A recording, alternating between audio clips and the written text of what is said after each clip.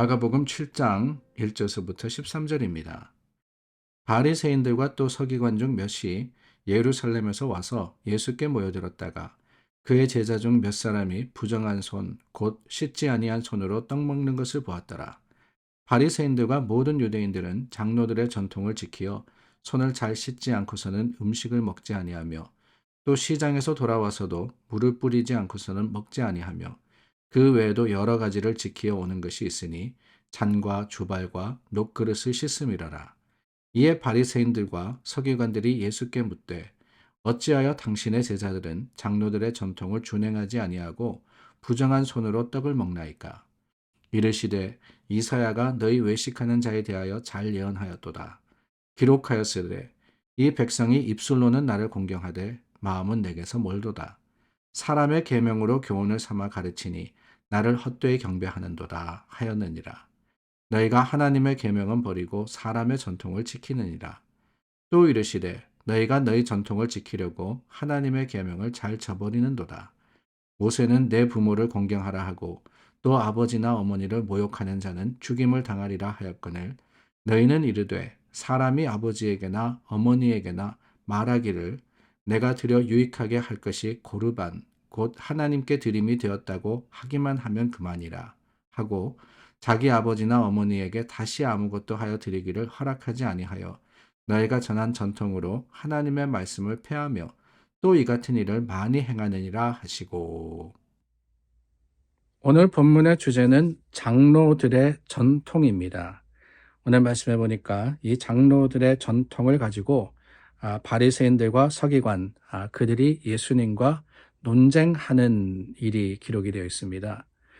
장로들의 전통이 뭐냐? 장로들의 전통이라는 것은 율법이 규정하지 않지만은 그 율법을 바르게 지키기 위해서 이 전통적으로 이스라엘이 그 유대 사람들이 지켜왔던 어떤 조치들을 이야기합니다. 예를 들어서 오늘 가장 중요한 일이 손 씻는 일이지 않습니까? 이 손 씻는 일이 장로들의 전통인데 음식 먹을 때 꼭 손을 씻어야지만 먹는데 그 이유가 뭐냐? 깨끗하게 하기 위해서 물론 그렇습니다. 요즘도 우리 병균을 예방하기 위해서는 집에 들어오면 꼭 손 씻으라 그러지 않습니까? 그런데 그것보다 더 중요한 이유가 있습니다. 율법에서는 부정한 것과 이 터치가 된 사람, 부정한 것과 접촉된 사람은 부정하게 되기 때문에 하나님께 제사를 드리거나 또한 거룩한 일을 할 수 없게 되어 있습니다. 그러니까 손을 씻는 그 행위 자체가 그냥 깨끗하게 한다가 다가 아니라 하나님 앞에 정결할 수 있는 방법, 그 방법으로서 제시된 하나의 규범이다라고 할 수 있는 겁니다.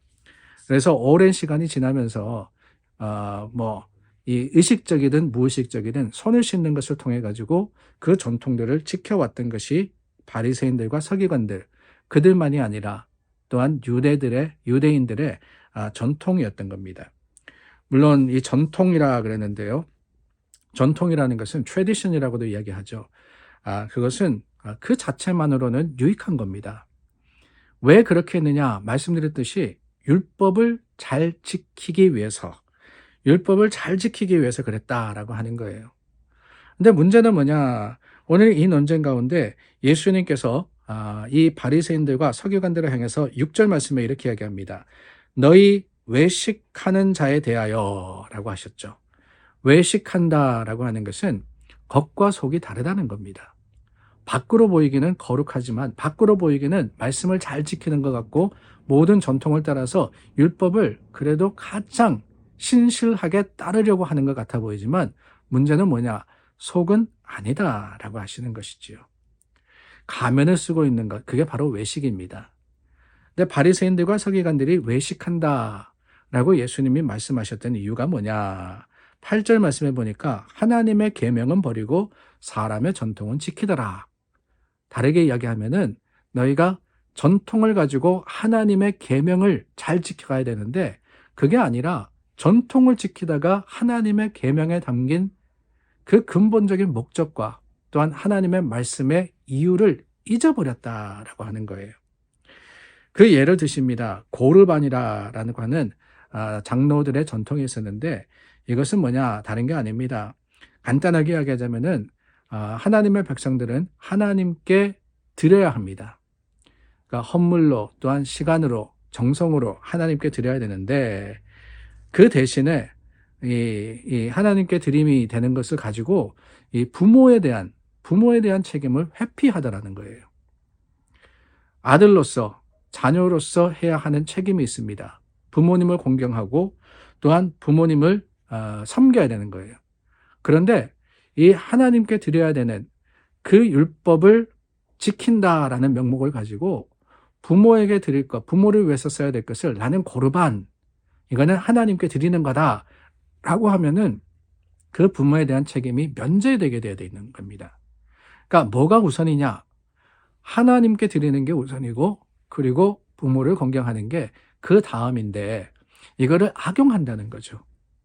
하나님께 드리는 것, 그것을 드린다라고 하면서 또한 자신들에게 주어진 책임인 부모 공경을 회피하는 것이 이 유대인들의 모습이다라고 말씀하시는 겁니다. 전통이라는 것을 가지고 그것을 악용해서 책임을 회피하는 것, 그 모습을 예수님께서는 지적하신 것이지요. 그래서 전통이라는 게 참 유익한 건데 사람들이 악용해서 문제가 되기 시작하는 겁니다. 왜 그러느냐? 다름이 아닙니다. 사람은 악하거든요. 그러다 보니까 이 전통이라는 것이 이 관습이 되게 되면은, 그러니까 익숙하게 되면은 그것을 지키려고 하는 것, 내가 편하려고 하는 그 마음이 이 은연중에 속에 자리 잡게 되는 겁니다. 무엇을 하든지 그런 이야기를 많이 하지 않습니까? 내가 오랫동안 이것을 해와서 나는 이게 편해라고 말입니다. 교회의 여러 모습뿐만이 아닙니다. 삶을 살아가면서도 내가 해왔던 것, 내가 익숙한 것, 당연히 편합니다. 거기서 벗겨나거나 아니면은 더 달라지거나 하면은 불편한 것은 당연합니다. 그렇기 때문에 뭐라 그러느냐? 내가 해왔던 것, 이게 가장 좋은 거야. 라고 고집하기 시작하는 것이 우리의 모습이더라. 라고 하는 것이지요. 전통이라는 것이 그렇습니다. 악용되기 시작하면은 참 힘들어지는 겁니다. 전통이라는 것이 본래의 의미를 가지고 본래의 목적을 잘 이루도록 사용되면은 그것만큼 좋은 게 없습니다. 전통을 통해서 우리는 하나가 되고 그 전통으로서 함께 모여서 하나의 기준을 가지고 하나님을 섬길 뿐만 아니라 우리가 가장 유익한 삶을 살 수 있기 때문에 전통이라는 것은 어느 사회에서도 꼭 필요한 겁니다. 근데 문제는 뭐냐? 시대가 바뀌고 또한 여러 가지 방법이 달라지면서 이 전통이라는 것도 수정돼야 될 때가 있다는 거예요.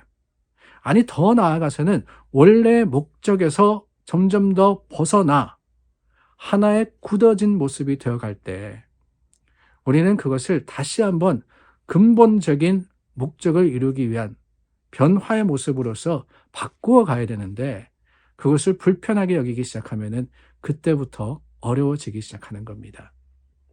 그렇습니다. 예수님께서 이 유대인들을 책망하신 것은 다름이 아닙니다. 외식이라 그랬잖아요. 외식. 겉과 속이 다르다. 우리가 정말 하나님의 말씀을 지키고 교회와 또한 성도의 삶을 살아갈 때 우리가 하고 있는 여러 가지 일들, 그것이 과연 그 근본적인 목적, 하나님께 영광을 돌리고 주님을 온전하게 예배하는 그 목적에 합당한 것인지는 계속해서 우리가 살펴봐야 합니다. 오늘도 저와 여러분, 우리의 모습에 고집을 부리는 게 아니라 그 근본적인 목적을 항상 기억하고 하나님의 뜻에 합당한 삶과 또한 신앙으로서 주님께 영광 돌리는 지혜로운 자들이 될 수 있기를 바랍니다. 기도하겠습니다. 참 좋으신 하나님, 오늘 우리가 주님의 말씀 가운데 참 근본이 무엇인지를 찾습니다. 무엇이 중요한지를 깨달아 알아 하나님의 뜻을 행하는 자들이 되게 하여 주시고 우리 삶의 모습보다는 주님의 말씀의 그 근본적인 뜻과 또한 목적을 이루어가는 교회가 되게 하여 주시옵소서. 예수님의 이름으로 기도드립니다. 아멘. 오늘도 기도하며 하나님의 뜻을 구하여 이루어가는 저와 여러분 될 수 있기를 바랍니다.